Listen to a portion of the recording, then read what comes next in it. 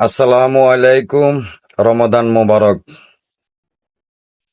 আসলে কি বলবো, বলার কোনো ভাষাই পাইতেছি না। আমাদের মুসলিম কান্ট্রি ফিলিস্তিনের উপরে ইসরায়েলের আক্রমণ আগের চেয়ে আরো বেড়ে গেছে।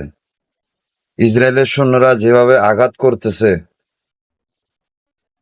ফিলিস্তিনের মাসুম মাসুম বাচ্চারা মাখা জামা নিয়ে ঘুরতেছে, হাহাকার হয়ে গেছে। পবিত্র মাহে রমজান মাস, কোথায় তাদের চেহেরি, কোথায় তাদের ইফতার, কোথায় তাদের আবাদত?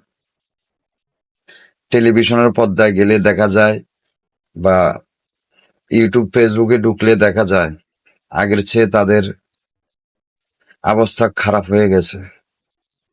তাহলে বিশ্বের মুসলিম কান্ট্রিগুলা কি আজও চুপ হয়ে আছে তা জানা নেই।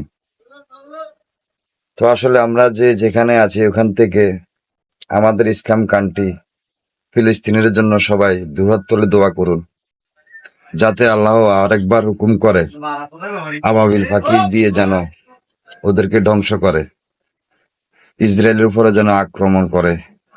সবাই এই দোয়াটুকু করুন। কি বলবো, আর কিছু বলার নেই।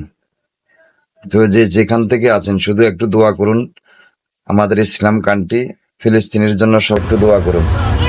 সবাই ভিডিওটা শেয়ার করে দিবেন।